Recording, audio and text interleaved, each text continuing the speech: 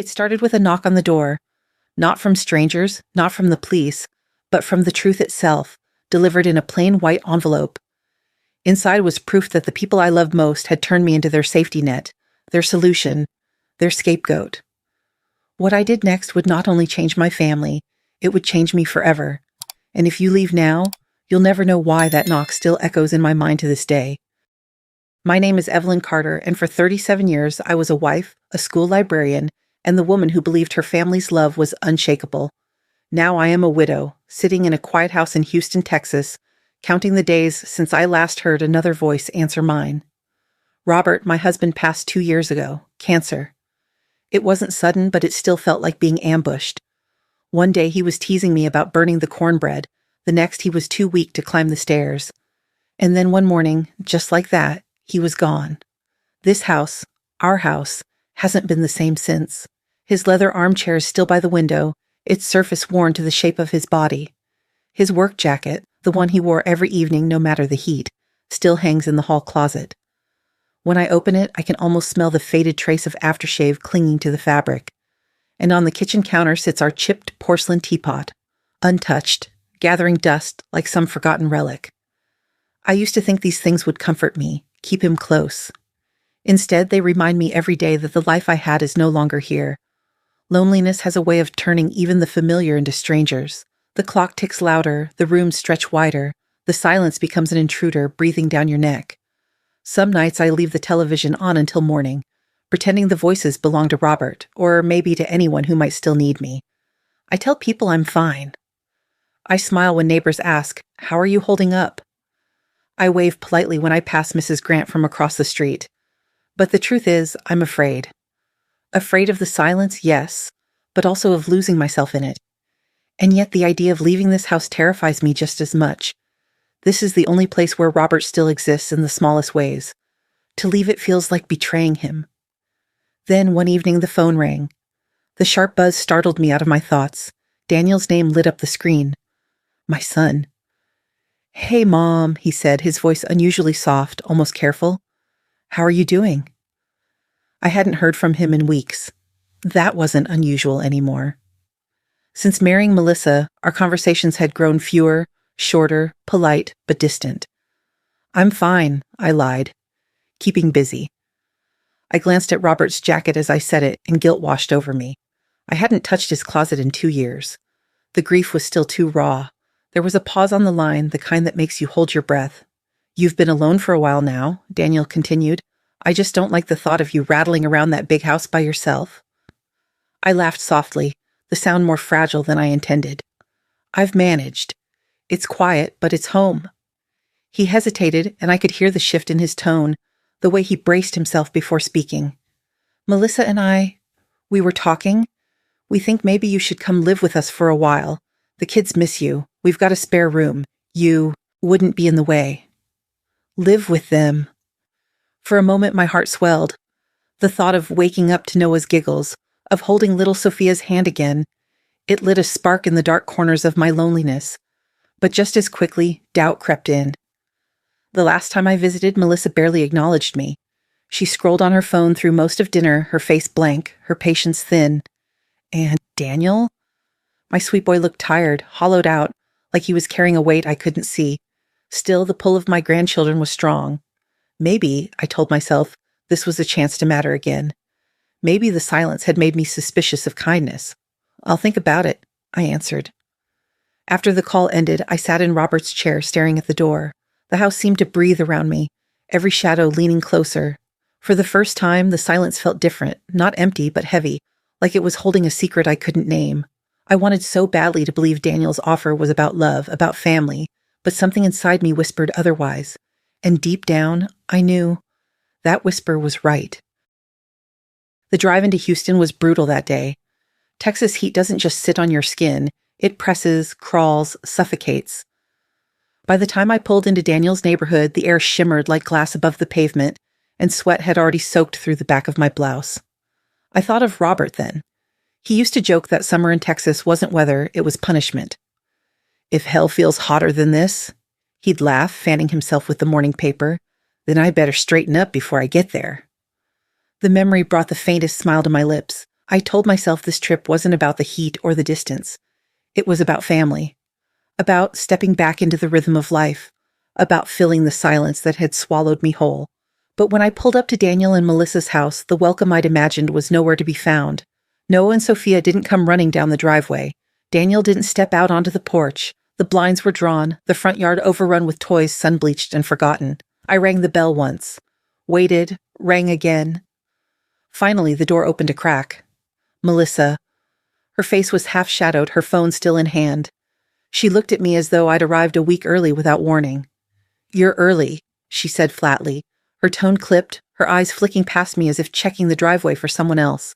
She stepped aside without touching the doorknob all the way, leaving me to push the door open myself. Inside, the smell hit me first. Takeout containers stacked on the counter, the faint sourness of diapers, the synthetic sweetness of air freshener trying and failing to mask it all. The television blared from the living room, some cartoon with voices pitched high enough to rattle my bones. Daniel appeared at the top of the stairs, Noah on his hip, Sophia trailing behind, her hair a tangled halo. His smile was quick, rushed, as though he'd rehearsed it in the mirror. He hugged me with one arm, the other still gripping his son. Too fast, too polite, too thin. "Hey, Mom," he said out of breath. "Glad you made it." I wanted to hold him longer, feel the weight of my son the way I had when he was a boy running into my arms. But he was already pulling away, his eyes darting toward Melissa, then back down the stairs. "The children, though," Noah squealed, pressing his sticky cheek against mine, and Sophia tugged at my sleeve with her small hand. "Grandma, come see my room," she said, her voice the first real spark of warmth I'd felt since stepping through the door. That was the moment I clung to, the tiny beam of light cutting through a house that already felt too dim. Daniel gestured vaguely down the hall. "We cleared out the spare room for you. It's not perfect, but it's something." I carried my suitcase down a narrow hallway, my shoes sticking faintly to the floor with each step. The door creaked as I pushed it open. The spare room was no room at all. Boxes towered against the walls, some half collapsed, others labeled in faded marker. Christmas lights, old clothes, misc. A broken lamp leaned in the corner, its shade torn, and in the center of it all, an air mattress sagged on the floor, a single thin sheet draped across it like an afterthought.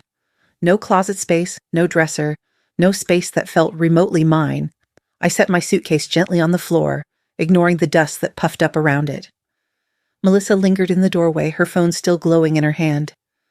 "Like I said, it's not perfect, but it's something." She didn't smile. She didn't offer to help me unpack. She was gone before I could answer.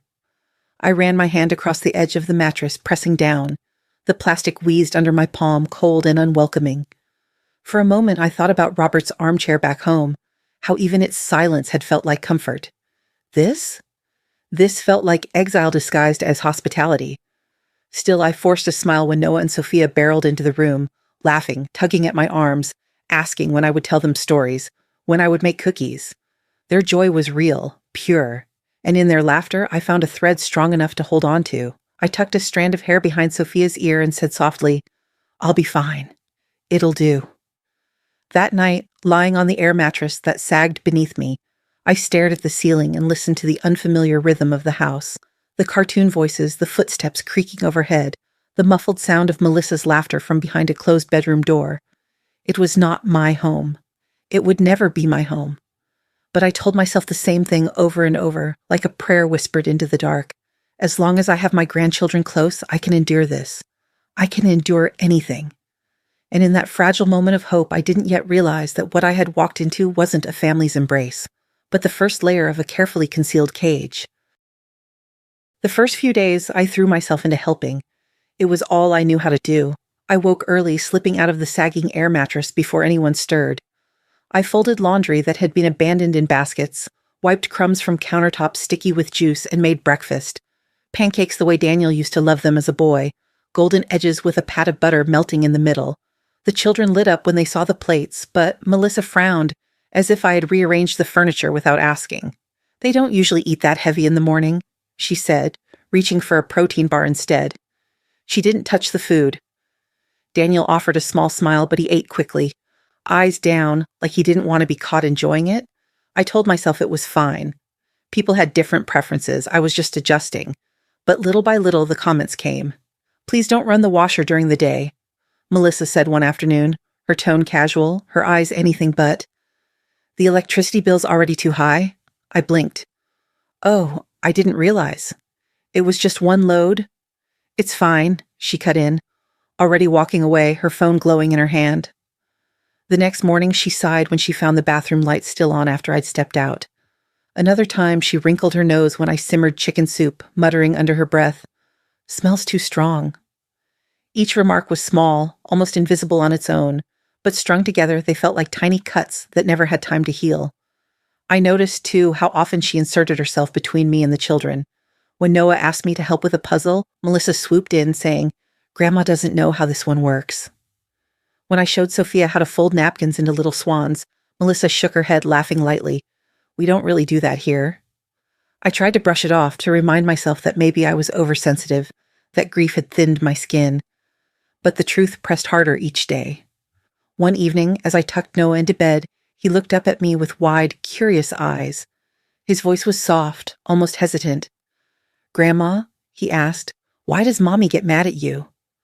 The question pierced deeper than Melissa's words ever had. My throat tightened. I smoothed his hair back from his forehead, stalling, searching for something to say that wouldn't place a burden on his small shoulders. But no words came. Instead, I smiled as best I could and whispered, "Close your eyes, sweetheart. Tomorrow will be better." He nodded sleepily, content with that answer, but I lay awake that night replaying his words.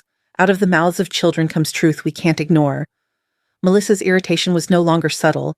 It was becoming a rhythm, a steady drumbeat I couldn't escape. I was a guest who wasn't welcome, a helper who only seemed to create more problems. And every day, Daniel stayed silent. I began to wonder if the silence was worse than the comments. His refusal to defend me, to acknowledge me, to remind his wife that I wasn't the enemy, that silence spoke volumes. I washed dishes more carefully, turned off lights compulsively, tiptoed around the house as if my very existence might tip the balance. But even then, the sighs, the frowns, the clipped tones kept coming. By the end of the first week, I no longer felt like I was living with family. I felt like I was an unwelcome tenant, tolerated but never embraced. I didn't say it out loud. I didn't dare. But deep inside, a truth began to form, sharp and undeniable. In this house, my presence wasn't a blessing. It was a burden. It was a Tuesday evening when Daniel first brought it up. We were sitting at the table, plates still warm with the roast chicken I had cooked. The children were squabbling over who got the bigger slice of cornbread. Melissa scrolled on her phone, absent, her thumb moving faster than her eyes. Daniel cleared his throat, his fork clinking against the plate. "Mom, I hate to bring this up, but things are tight right now." I froze, waiting. He pushed his food around with his fork, not meeting my eyes. "Just until we catch up? Maybe you could help us out a little with the loan." The word loan rang louder in my ears than the laughter of the children. I smiled, though my chest tightened. "How much are we talking about?" "Not much," he said quickly, too quickly. "Just this once, a couple hundred. Maybe 1,000. I'll pay you back, I promise." I nodded even as my stomach dropped. Robert's voice rose in my memory, his steady, practical tone the night he signed the papers for our savings account. "Evie, no matter what happens, don't touch this money unless you have to. It's your safety net. Ours. Promise me." I had promised. And now, here I was, considering breaking it. The next morning I went to the bank. My hands shook as I filled out the withdrawal slip, the pen digging grooves into the paper. I told myself it was fine. It was just one time. Daniel was my son. What was the point of saving money if not to keep your family afloat? I handed him the envelope that evening, the bills crisp and humiliating in my hand. "Just this once," I whispered. He hugged me quickly, almost mechanically. "Thanks, Mom. You don't know what this means." But I did. It meant the first crack in a dam I had no strength to hold. A month later, it happened again. Daniel knocked softly on my door after the children had gone to bed. His voice was hushed, nervous. "Mom, about the loan. Things are still rough. If you could maybe—" I didn't let him finish. I was already reaching for my purse. By the third time, there was no pretense. He simply said, "Mom, we're short again." And I simply wrote the check. Each time, I told myself it was temporary. Each time, Robert's warning thundered louder in my head, but each time I ignored it because Daniel's tired eyes looked too much like Robert's on the days he came home from double shifts at the refinery, exhausted, beaten down by life, but still my family. Still my son. But while Daniel's requests grew, so did Melissa's indulgences. I saw the spa receipts tucked into her purse, the glossy new handbag on the kitchen counter, the boutique shopping bags with logos bold enough to scream. Yet at dinner she sighed dramatically. Bills are piling up, Daniel. We can't keep living like this. I sat there biting my tongue, knowing that the money I bled from my savings was feeding more than just overdue loans. One evening, as I folded Sophia's tiny dresses in the laundry room, I overheard Melissa on the phone. Yeah, we're strapped right now, but Daniel's mom is here. She's helping. We'll manage. She said it so casually, so assuredly, as if I were nothing more than a line item in their financial plan. And in that moment I realized this wasn't help anymore. This was expectation. Still, I stayed silent. Still, I kept writing the checks. I told myself that's what mothers do, that it was my duty to bear the weight, to be the bridge when everything else fell apart. But deep inside, every time I signed my name, every time I handed over an envelope, I felt something shift, a small fracture in my dignity, a piece of myself I would never get back. And as the numbers in my account shrank, so did I. Because the truth I couldn't yet say out loud was this. With every dollar I gave, I lost another piece of who I was. Dinner that night was supposed to be ordinary. I had roasted chicken, mashed potatoes, and green beans, the kind of meal Daniel used to request on his birthday when he was 10. I thought maybe, just maybe, the smell of it would pull him back to simpler times, to a place where love was enough and family meant safety. I set the table carefully. Plates aligned, forks polished, napkins folded. It felt almost ceremonial, as if I could stitch this fractured household back together with the neatness of place settings. Noah, Sophia, I called softly, dinner's ready. They came tumbling into the kitchen, giggling, their small feet slapping against the tile. Daniel followed with his laptop tucked under one arm, already half absorbed by a glowing spreadsheet. Melissa was the last to appear, her phone still in her hand, thumbs flying, eyes unfocused. We sat down. For a few minutes there was only the sound of chewing, the cartoon still blaring faintly from the living room, the clink of silverware. I tried to break the silence. You know, I said gently, when we all sit together at the table, the children seem to eat better. Maybe if we made this a routine, it might help. It was not a criticism. It was a suggestion, tender and small, the kind only a grandmother would make. Melissa's head snapped up from her phone. For the first time all evening, she looked directly at me. Her eyes were sharp, her lips pressed thin. You always have comments, don't you, Evelyn? Her voice was deceptively calm, but it cut like glass. Little suggestions about how we run our house. I blinked, taken aback. I didn't mean it like that. I just thought... She dropped her fork onto the plate with a clang. You don't bring anything to this home except more bills? The words hit me like a slap. My breath caught in my chest. For a moment, I couldn't move. The room froze. The children looked up startled, eyes darting between us. Daniel's fork hovered in the air, then lowered. But he didn't speak. He didn't defend me. He stared down at his plate, shoulders hunched, avoiding my gaze like a guilty child. The silence that followed was louder than any shouting could have been. I forced myself to swallow, my throat dry as paper. I just want to help, I whispered, though my voice shook. Melissa leaned back in her chair, crossing her arms. If this is helping, I'd hate to see what it looks like when you're not.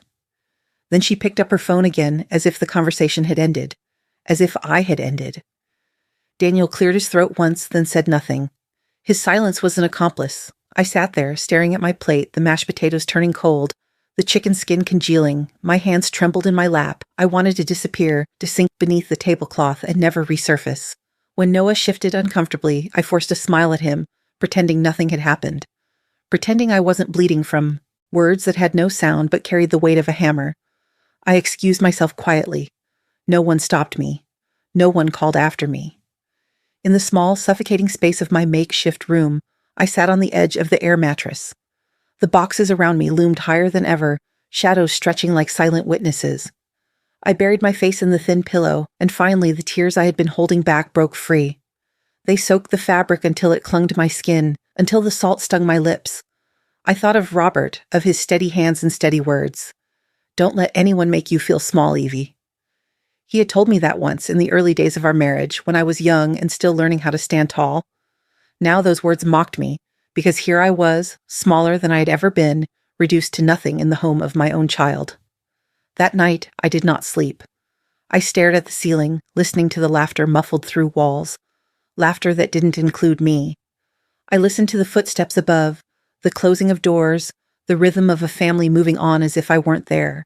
And in that sleepless darkness, a truth rooted itself so deep I couldn't rip it out, no matter how I tried. I was not part of this family anymore. I was an old wallet, emptied and worn, kept around out of convenience. Nothing more. I didn't announce my decision.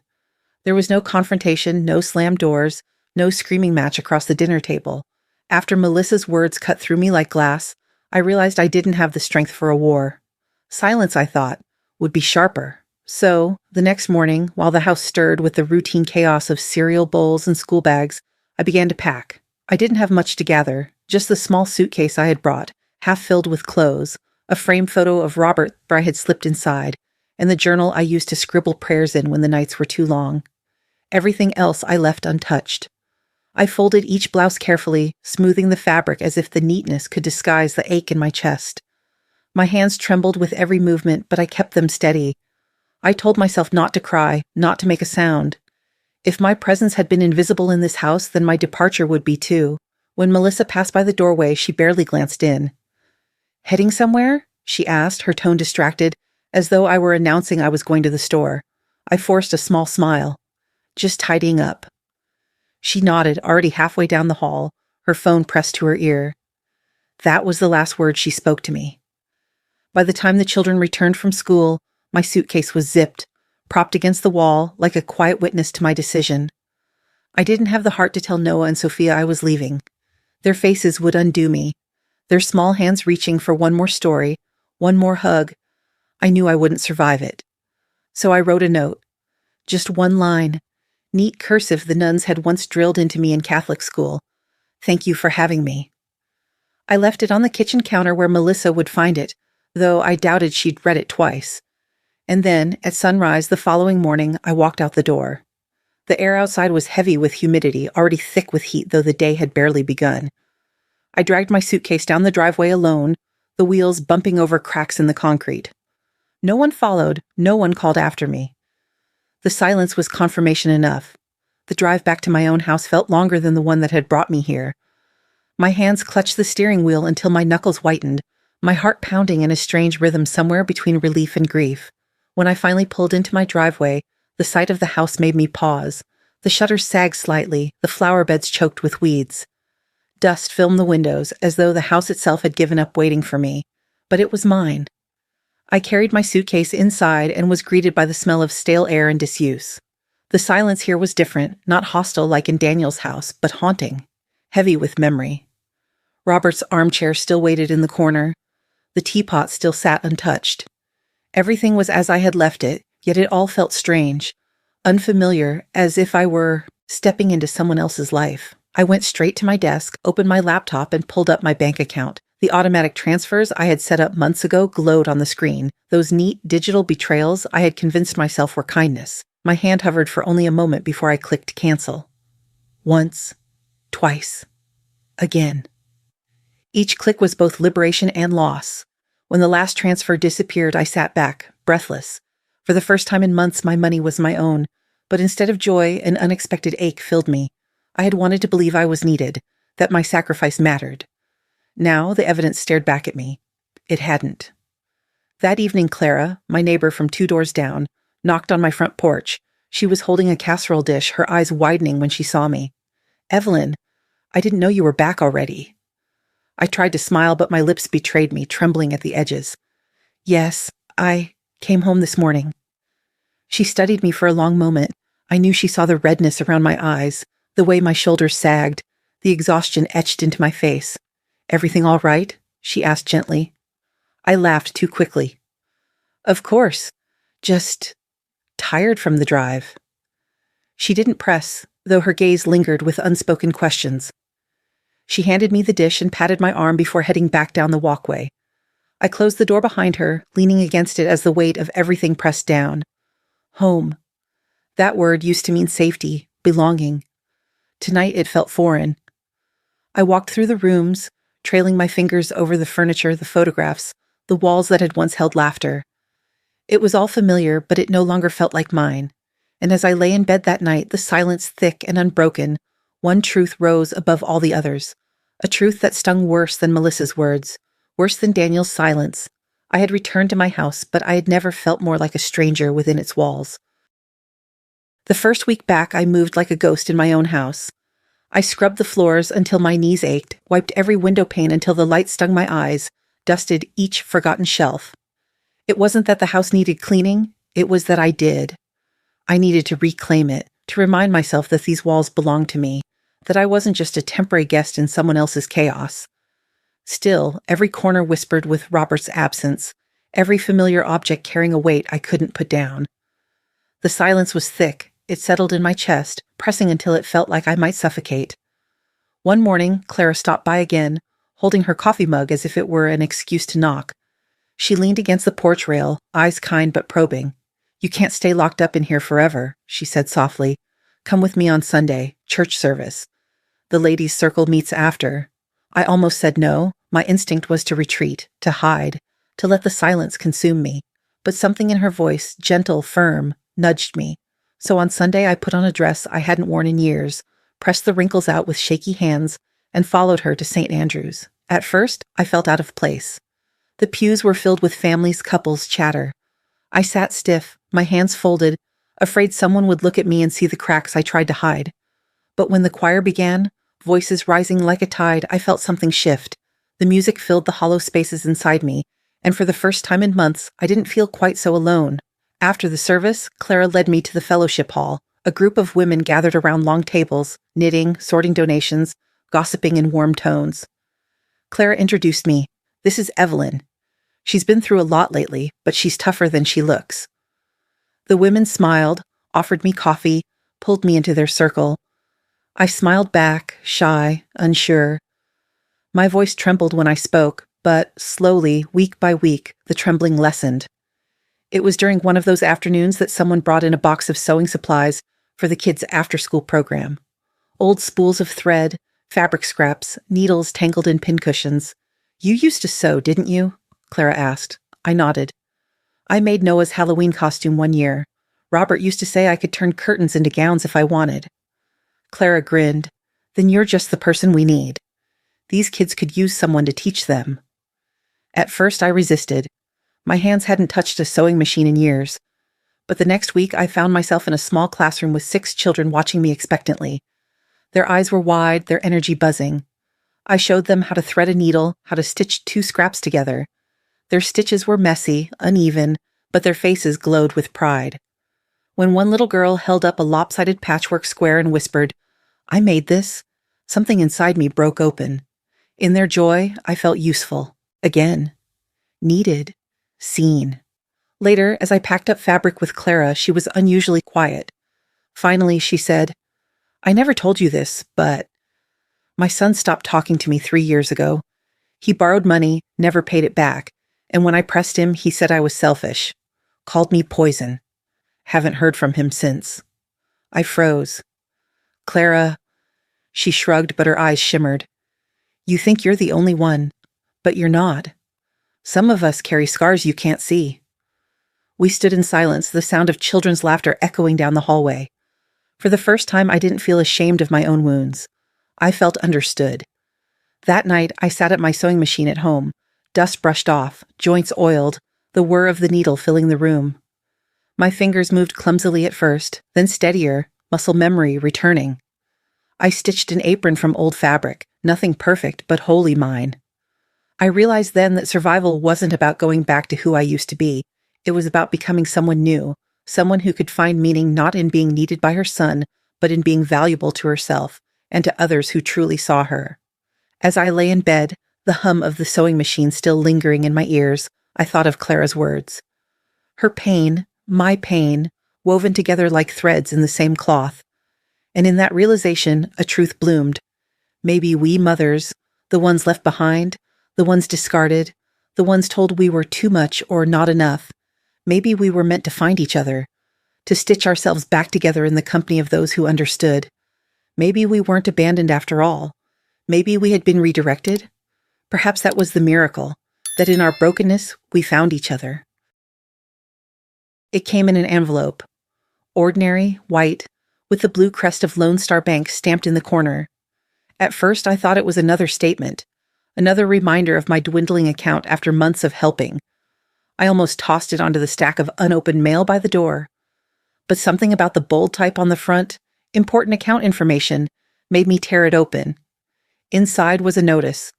Past due amount on personal loan, 12th was in 800s. My eyes skimmed the page once, then again. The words blurred. Borrower, Evelyn Carter.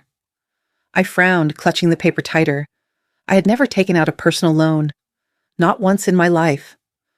Robert and I had lived simply, buying only what we could afford, saving every penny. He used to joke that debt was just another word for a leash, and he wasn't about to wear one. I told myself it had to be a mistake, a clerical error.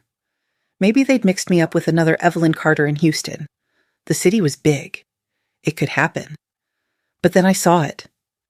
The signature at the bottom of the loan agreement. My name. Written in ink. Only it wasn't mine. The curve of the E, the slant of the Y, too sharp, too practiced. I knew my own handwriting the way I knew Robert's laugh, the way I knew the sound of Noah's footsteps. This wasn't mine. My chest tightened, heat rising in my face. I dropped the paper onto the table as if it had burned me. I sat there, staring at it, memories clawing their way back. Daniel, 6 months ago, he had come to me one evening with that half smile, the one he wore when he wanted something but didn't want to ask outright. "Mom," he said casually, "I need a favor, just a quick thing. The bank requires some ID for a minor form. It'll take 5 minutes, nothing serious." I had hesitated, my instincts prickling, but he had placed his hand on mine, squeezing gently. "Trust me, Mom, it's nothing. Just some paperwork for the kid's college account." And because he was my son, because he said the word trust, I handed over my driver's license.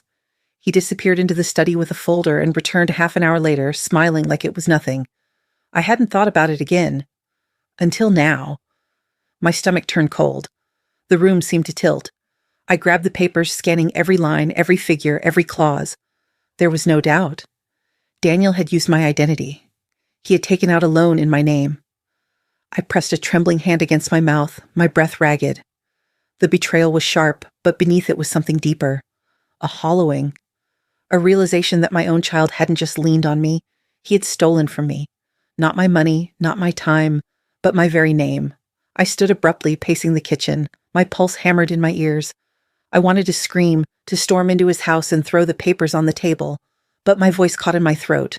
The walls of my home seemed to close in, the photographs of Robert and me watching silently from the mantel, as if asking how I hadn't seen this coming.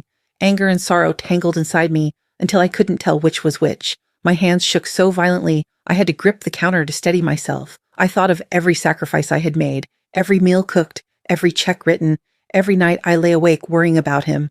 And this was what he gave me in return. Not gratitude, not love, fraud. The word itself felt poisonous. I sank into Robert's old armchair, clutching the papers to my chest. I stared at the ceiling until my vision blurred. My heart ached, but my body burned with fury. I had been dismissed, ignored, made into a maid, a wallet, a shadow in my son's house. But this was something else entirely. This was not neglect. This was not indifference. This was a knife slipped between my ribs, delivered by the very hands I once held steady when they were small and fragile. And in that terrible clarity, I knew the truth. This was no longer about being unwanted. This was about being betrayed to the bone. I didn't call Daniel. Not that night. Not the next morning. Not even when the paper trembled in my hands and the fury burned so hot inside me, I thought it would scorch the walls of my house. Every instinct screamed at me to confront him, to drive across town and shove the bank notice in his face, to demand answers, demand respect, demand something. But instead I folded the letter carefully, slid it into an envelope, and locked it inside the drawer of Robert's old desk. Because if there was one thing I had learned in Daniel's house, it was this. Words meant nothing to him anymore. He would twist them, bury them, pretend not to hear. But silence. Silence he couldn't ignore. Still, I needed more than silence. I needed protection. The next morning I called a lawyer. His office was downtown, glass building, high ceilings that smelled faintly of leather and ink. Sitting in his waiting room, I felt small, out of place, as if I were intruding in a world too sharp for me. But when he called me in, his voice steady and professional, I laid the papers on his desk. He adjusted his glasses, scanning the loan agreement. His brows drew together. "Mrs. Carter, this signature. It's not consistent. You're saying this isn't yours?" I shook my head firmly. "It's not." He leaned back, steepling his fingers. "Then we have grounds for fraud. Identity theft. This is serious." The words sliced through me, confirming what I already knew but had hoped wasn't true. Fraud. Identity theft. My son. I swallowed hard. What do I do? Keep everything. Every paper, every record. Don't destroy anything. If it goes to court, we'll need proof. And do you have any witnesses who might have seen your son with your documents? I thought of Clara. That afternoon, I walked 2 doors down, the envelope clutched against my chest like a wound. Clara opened the door, surprised to see me. We sat at her kitchen table, her hands wrapped around a steaming mug of tea. "I need to ask you something," I said quietly. "Did you ever see Daniel go through my things around the time I was staying there?" She frowned, searching her memory, then her eyes widened slightly. "Yes. One evening when I dropped off a pie, he came to the door. You weren't home yet. I saw him pull a folder from your handbag. He stuffed it back quickly, like he didn't want me to notice. I thought it was odd, but I didn't want to pry." Her words landed like confirmation, a witness, proof that I hadn't imagined it.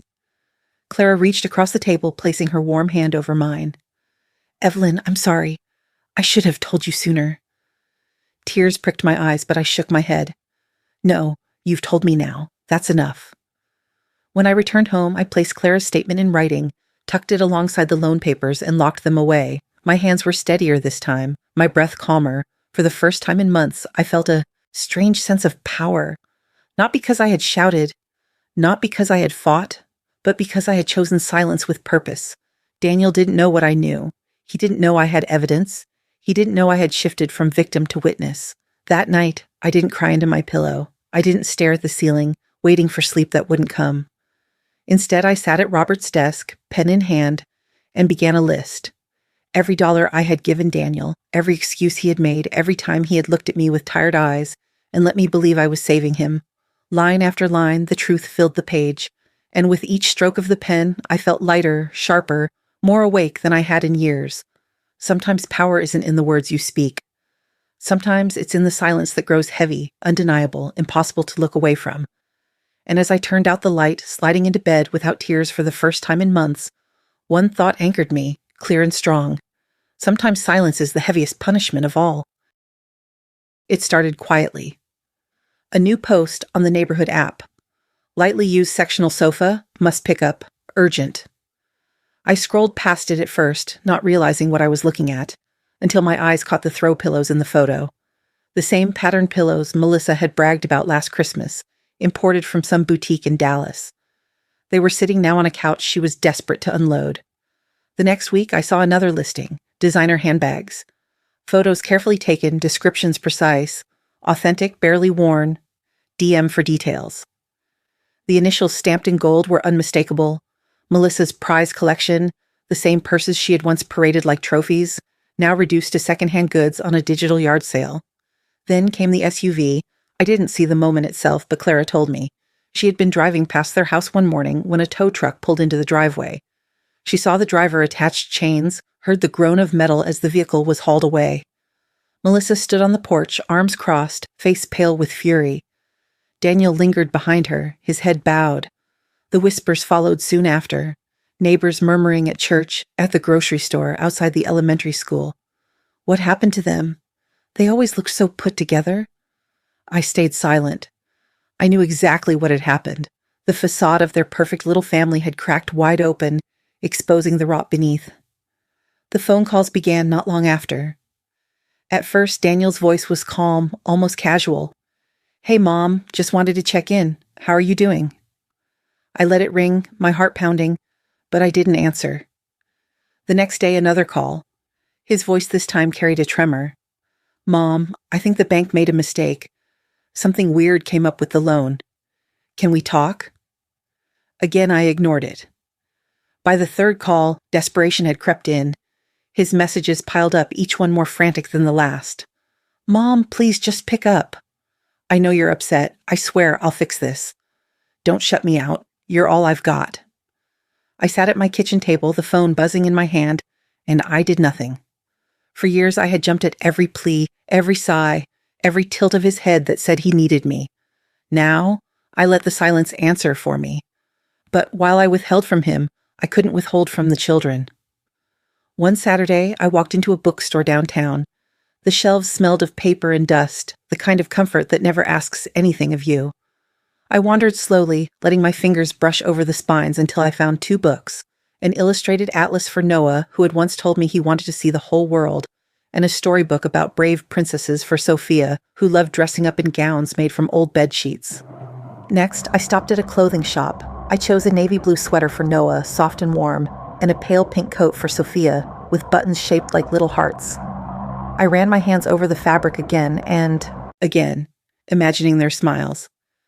At the counter, I added one final request. No return address? That night, I wrapped each gift carefully. Brown paper, neat folds, a ribbon tied just so. I slipped a small card inside each package. Not signed Grandma, not signed at all. Only simple words. With love, always. The next morning, I carried the parcels to the post office. My hands shook as I handed them over, not from fear, but from something heavier. Grief laced with love. I couldn't be their rescuer, not anymore. But I could still be their light in small ways, quiet ways. Days later, I saw a photo online. Not posted by Melissa, not meant for me, but shared through a mutual acquaintance. Noah wearing the sweater, grinning ear to ear. Sophia twirling in her pink coat, the hem flaring like a ballerina's skirt. I pressed the phone to my chest, tears burning my eyes. For the first time in a long while, I felt warmth. Not from their parents, but from the proof that love could still find its way through walls, through silence, through betrayal. Meanwhile, Daniel's calls didn't stop. If anything, they grew more desperate. His voice cracked in one voicemail. "Mom, I can't hold it together anymore. Melissa's furious. The bank's on us, the kids." His words broke off in a choked sob before the line went dead. I sat there in the stillness, listening. The Evelyn of months past would have leapt into her car, racing to save him from himself. But this Evelyn? She let the voicemail play, then deleted it. Because I knew now what I hadn't wanted to admit before. Saving him had cost me everything, and he had still betrayed me. Clara noticed the change in me. One evening, as we sat on her porch watching the sun bleed orange across the horizon, she said softly, "You're quieter lately. Stronger." I smiled faintly. "I've realized something. I can't save Daniel. Not from his choices, not from himself." She nodded knowingly. "But you can still love those children." "Yes," I whispered, "that I'll never stop doing." And so I found myself in a strange balance, cutting the rope that tethered me to my son's chaos while weaving a gentler thread toward the grandchildren he was failing. I could not mend the cracks in their household. I could not stop the sofa from being sold, the SUV from being dragged away, the whispers from spreading, but I could keep the warmth of my love alive in the smallest of ways, tucked inside pages of a storybook or stitched into the lining of a coat. I could not rescue their parents, but I could refuse to abandon the children. And in that decision, I discovered a new kind of strength. Because the truth was clear now, I could not save their mother and father, but I would not stop loving Noah and Sophia. The letter came on a gray Thursday morning, tucked between a grocery flyer and an electricity bill.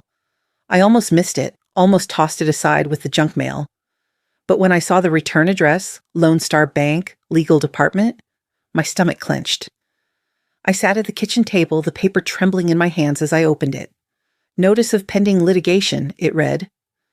My name appeared again, bold and sharp at the top. Evelyn Carter. Below it, in damning black ink, defendant, Daniel Carter. The words blurred as I read. Fraud, identity theft, unauthorized loan. The charges were no longer whispers on a page. They were shouts backed by law. I pressed the letter flat against the table, my hand shaking. For weeks I had carried the suspicion like a secret dagger in my chest. Now, the blade was real. My son was being sued for the loan he had forged in my name, and I was tethered to it all. That evening, the knock at my door came. It was not gentle, not hesitant. It was desperate. I opened it to find Daniel standing there, his frame thinner than I remembered, his cheeks hollow, his eyes bloodshot. His clothes hung on him like they belonged to another man. "Mom," he said, his voice breaking on the word. I didn't speak. I only stepped aside. He collapsed onto the couch as if his body had given up holding itself together. His hands shook as he buried his face in them. "I can't hide it anymore," he whispered. "I messed up. God, I messed up so badly." I stood across the room, arms folded, waiting. He lifted his head, tears streaking his face. The credit cards, I maxed them out. Then I thought I could fix it, so I invested in a friend's business. "It was supposed to be safe, Mom," he promised. His voice cracked. "It failed. Everything failed." I stared at him, stone still. His next words dropped like stones in water. "I forged your name. I took the loan in your name. I thought I could pay it off before you ever noticed. I just needed time." The silence between us was unbearable. His confession hung heavy, foul. When he was a boy, I remembered nights sitting beside his bed, his small body trembling with fever. He used to clutch my hand and whisper through chapped lips, "Mommy, don't leave me." I would hum softly, press a cool cloth to his forehead, and promise him I never would. That memory rose, unbidden, a cruel contrast to the man before me now, the man who had used my trust like currency, who had stolen not only money but my very name. He slid off the couch and onto his knees in front of me. His shoulders shook. "Please, Mom, I'm sorry. I'll make it right. Just don't hate me. Please. I can't lose you too." For a moment I wanted to reach out, to lift his chin, to remind him of the boy who once needed nothing more than my presence to feel safe. But the stack of papers on the coffee table stopped me cold. I reached for them, pulling out the copies of the bank documents, the ones with his forged signature scrawled in place of mine. I held them up between us. "Do you see this?" I asked, my voice steady but sharp. His eyes darted to the papers, then back to me, wide and wet. "This," I continued, "is not a mistake. This is a choice. You didn't just fail, Daniel. You betrayed me." He sobbed harder, his forehead pressing against my knees. I was desperate. I didn't know what else to do. I closed my eyes, fighting the sting of tears. My hands tightened around the papers until they crumpled. "You had a choice. You could have come to me. You could have told me the truth. Instead, you made me a criminal on paper." His breath hitched. "Please, please forgive me."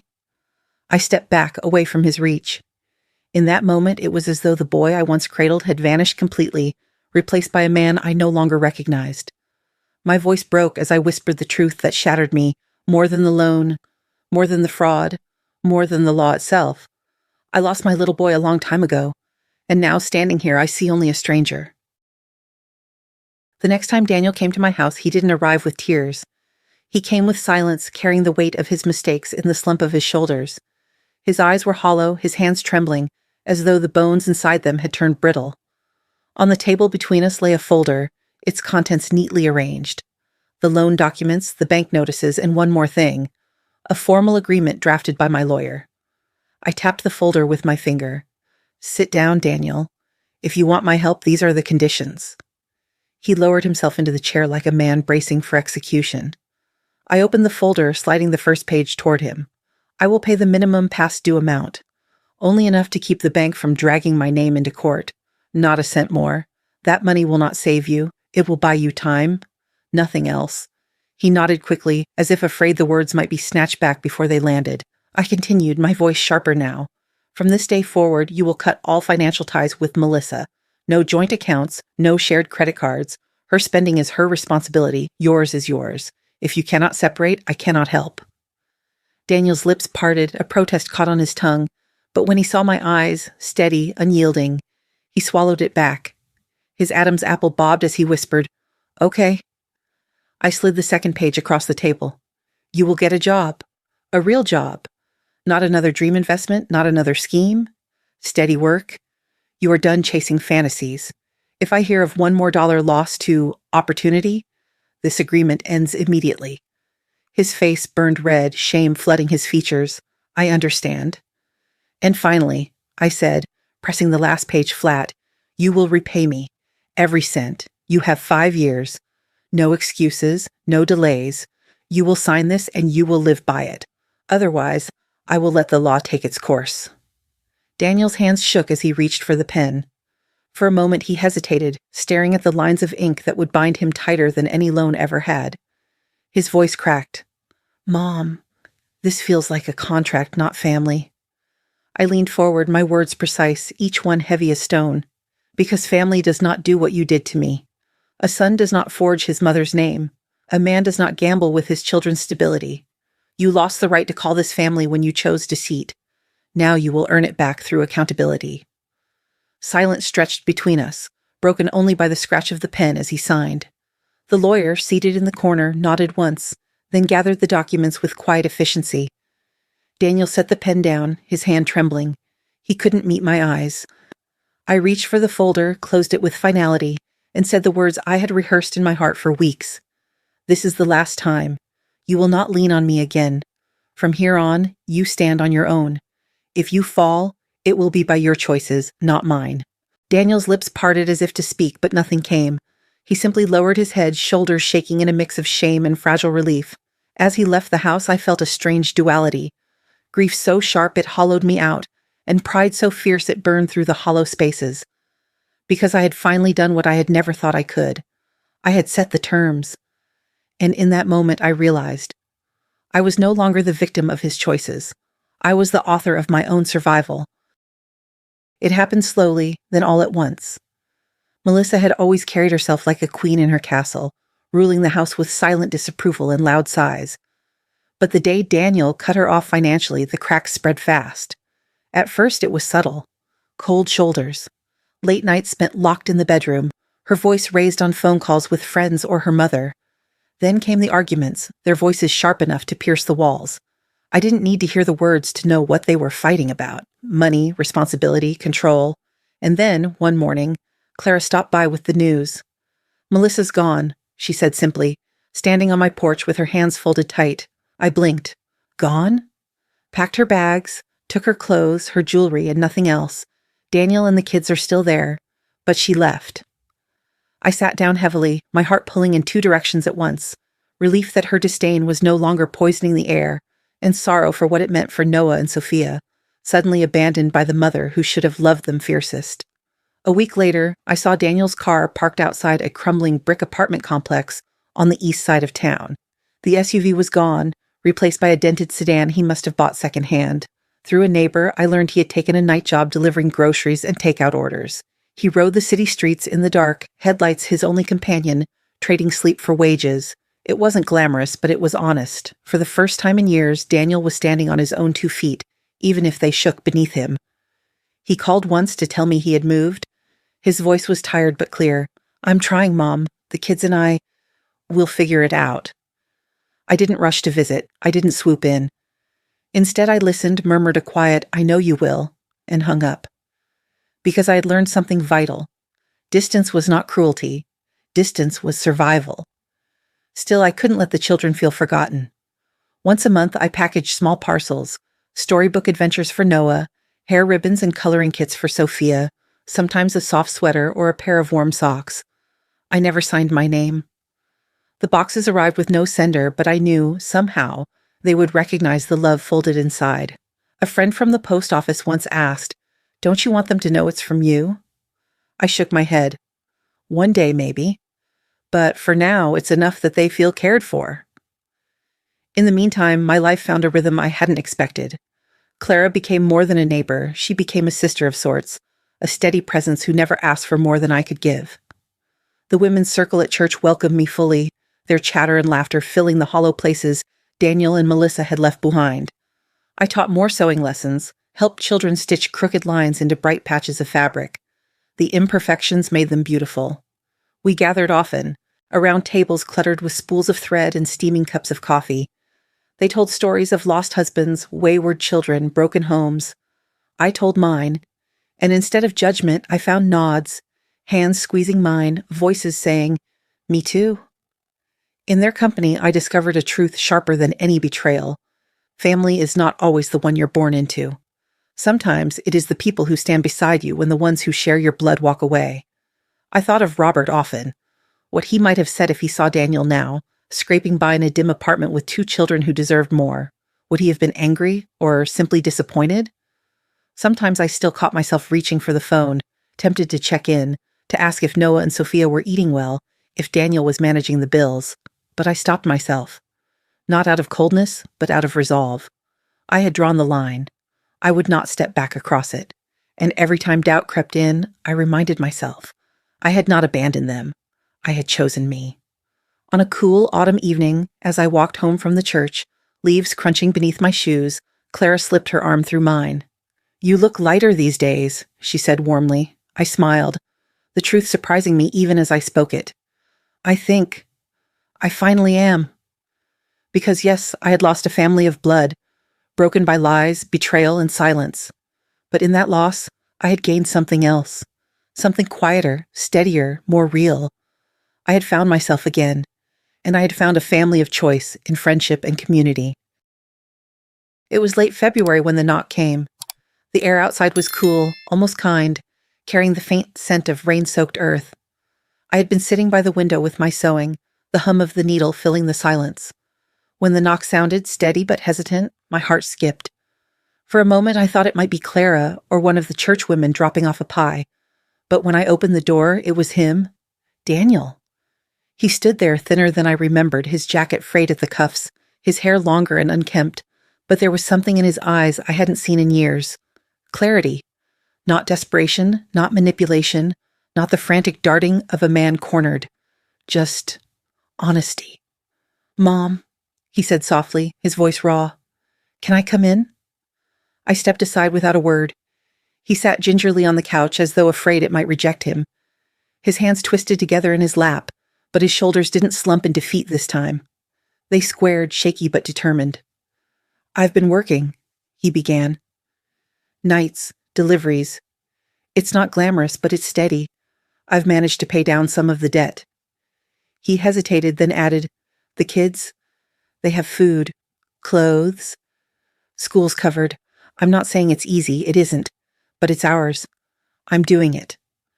I sat across from him, my chest tightening. "And Mom," he lifted his eyes to mine. They were wet, but the tears didn't fall. "I'm not here to ask you for money. I'm not here for a bailout. I just wanted you to know I'm learning how to be a father, how to be a man." For a long moment I couldn't speak. My throat burned with words I had carried for months, words of anger, of grief, of betrayal. But none of them seemed right now. Instead, the tears slipped quietly down my cheeks. I reached for a handkerchief, dabbing them away, not wanting him to mistake them for weakness.